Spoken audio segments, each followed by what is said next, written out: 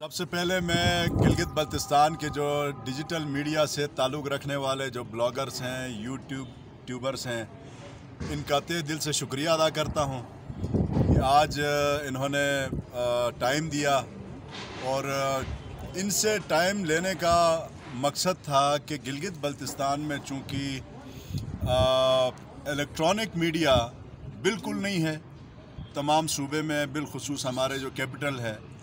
यहाँ कोई ऐसा मैकेनिज़्म नहीं है कि हम अपनी ख़बर को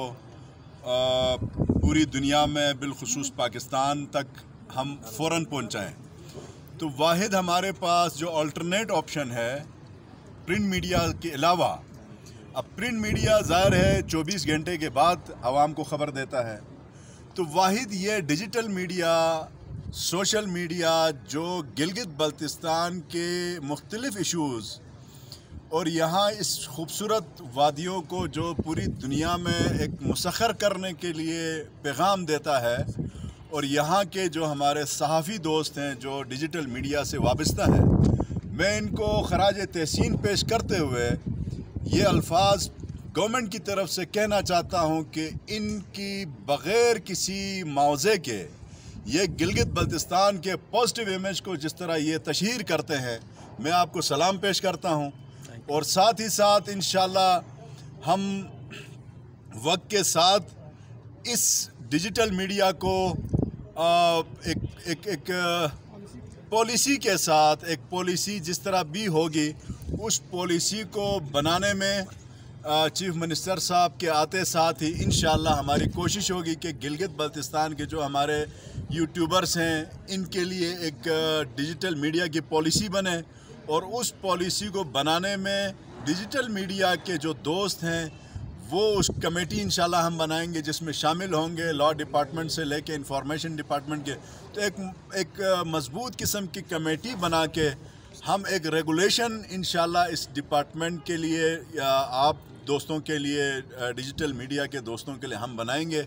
जिससे गिलगित बल्तिस्तान की आवाम का, यहाँ की इस खूबसूरत वादी के लोगों का मैक्सिमम फ़ायदा होगा। तो साथ ही साथ मैं चूँकि पिछले काफ़ी दिनों से गिलगित बल्तिस्तान में मुख्तलिफ़ जो अपोजिशन की जमातें हैं वो अजीब व गरीब सूरत हाल गिलगित बल्तिस्तान की दिखाने की भरपूर एक कोशिश वो कर रहे हैं। तो मैं आज अपोजिशन लीडर ने जिस तरह से कल 12 जुलाई को गिलगित शहर को और गिलगित बल्तिस्तान को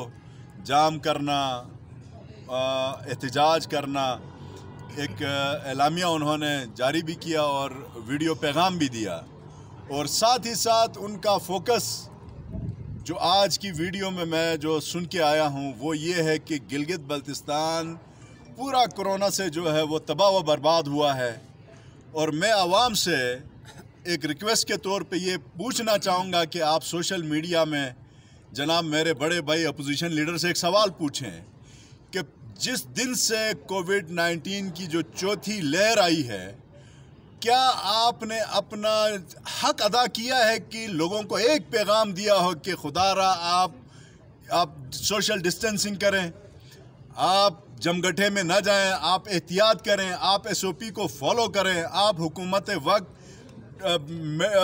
डॉक्टर्स, हेल्थ डिपार्टमेंट, पुलिस और इंतज़ामिया उनकी बात मानते हुए चलें कि क्या आपका इस किस्म का कोई लेवल का कोई पैगाम मिला है,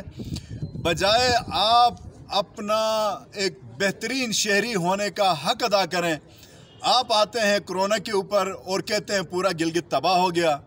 हॉस्पिटल्स में लोग मतलब जो है तमाम बेड्स पे लोग कोविड की वजह से लेटे हुए हैं। आप मुझे उस हॉस्पिटल का नाम बताएं जिस हॉस्पिटल में कितने एक मरीज़ जो वेंट पे हैं, वेंटिलेटर पे हैं, जो बिल्कुल अल्लाह न करे कि वो जिनकी हालत ख़राब हो, बजाय आप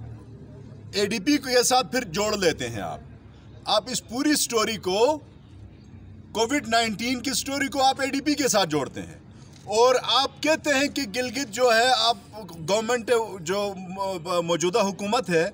वो तबाह कर रही है पूरे इलाके के लोगों को, और जिस पे उन्होंने कहा कि जी हम हुकूमत वक्त चीफ मिनिस्टर और मिनिस्टर हेल्थ के ऊपर हम FIR करवा देंगे। तो फिर आप ये थोड़ा सा मुझे अफसोस हुआ कि एक तरफ से आप कहते हैं जी कोविड की वजह से तबाही, दूसरी तरफ से 12 जुलाई यानी कल के दिन आप आवाम को रोडों पे लेके आ रहे हैं ताकि मज़ीद ये कोविड फैले। ये कोई सेंस बनता है? वैसे आप सोचें, जो व्यूवर्स हैं, जो देखने वाले हैं, सुनने वाले हैं, कि एक बंदा एक तरफ से कहता है जी कोविड की वजह से तबाही हुई, दूसरी तरफ से वो कहता है जी हुकूमत जो है वो कंट्रोल नहीं कर रही है, और तीसरी तरफ से लोगों को जम्मे गफ़ीर जो है वो सड़कों की तरफ और माले माले गली गली चौक चौराहों का नाम लेके कि जी वो आएंगे और लोग सड़कों पे आएंगे। तो लिहाजा लोग बहुत होशियार समझदार हो गए हैं। पीपल्स पार्टी और PMLN आवाम से रिजेक्ट हुई है, आवाम ने उनको मुस्तरद किया है 2020 के इलेक्शन में। मेरे ख्याल से आपकी सियासत कोविड की वजह से ज़िंदा कभी नहीं रहेगी, इसलिए कि ये आपको मैं रिकॉर्ड के हिसाब से मैं बता दूं कि हमारे पास टोटल जो है जो इफेक्टिव्स हैं आज दिन तक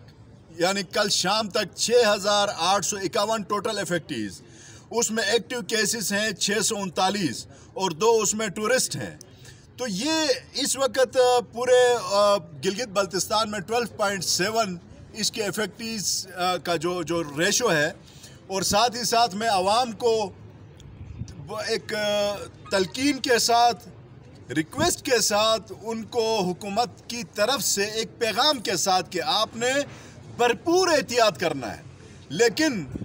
अपोजिशन लीडर साहब आप मेरी कौम को इतना न डराएं। ऐसी हालत नहीं है कि यहाँ पे बिस्तरों में मतलब सारे के सारे कोविड के मरीज़ पड़े हैं और हम लाशें उठा उठा के थक गए। ऐसी कोई बात नहीं है। एहतियात ज़रूर अपनी करें, आप SOPs के अंदर रह के अपने मामलाती ज़िंदगी आप गुजारें। स्मार्ट लॉकडाउन की तरफ चीफ मिनिस्टर साहब ने कहा है कि ज़रूरत पड़ गई हम जाएंगे, लोगों की जानें हमारे लिए अजीज़ हैं, मुकद्दम हैं,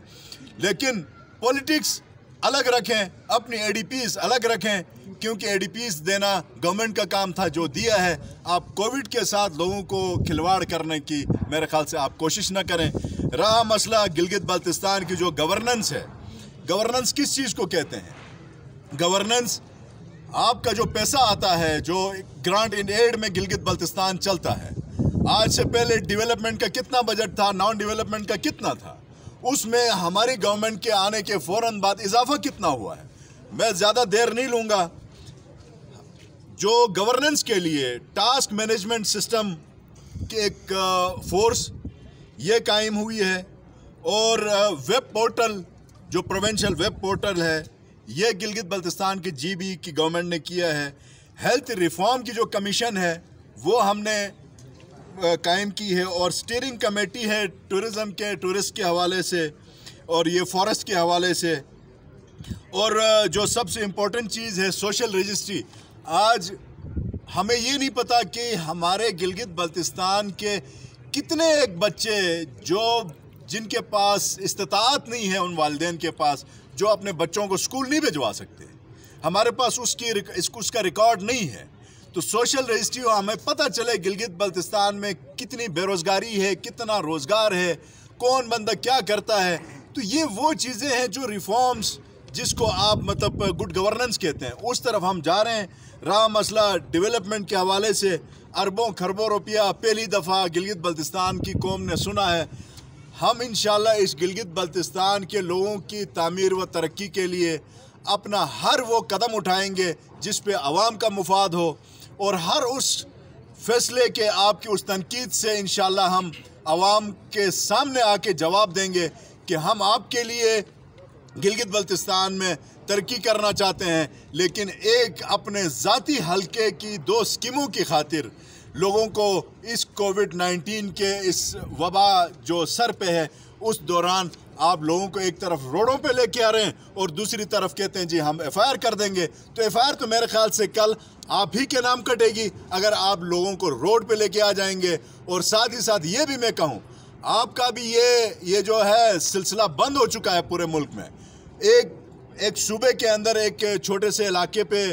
मुंजमद होकर रह गई है पार्टी, PMLN GT रोड की पार्टी होकर रह गई है। तो पॉपुलैरिटी इंशाल्लाह PTI की पहले भी थी, आज भी और आइंदा भी रहेगी। तो आवाम से मेरी अपील है कि कोविड-19 के हवाले से आप एहतियात करें और फिर अपोजिशन की मान के आप रोड पे आके मज़ीद कोविड फैलाएं। ये अपोजिशन लीडर चाहता है कि गिलगित बल्तिस्तान के लोग जिस तरह से बीमार हों कोई मसला नहीं, लेकिन उसको अपनी ADP की पड़ी हुई है। तो इन्हीं अल्फाज के साथ कौम को PTI की गवर्नमेंट की तरफ से पैगाम है, अपने एहतियात के साथ साथ इनके इस टोले को मुस्तरद कर देना है, क्योंकि ये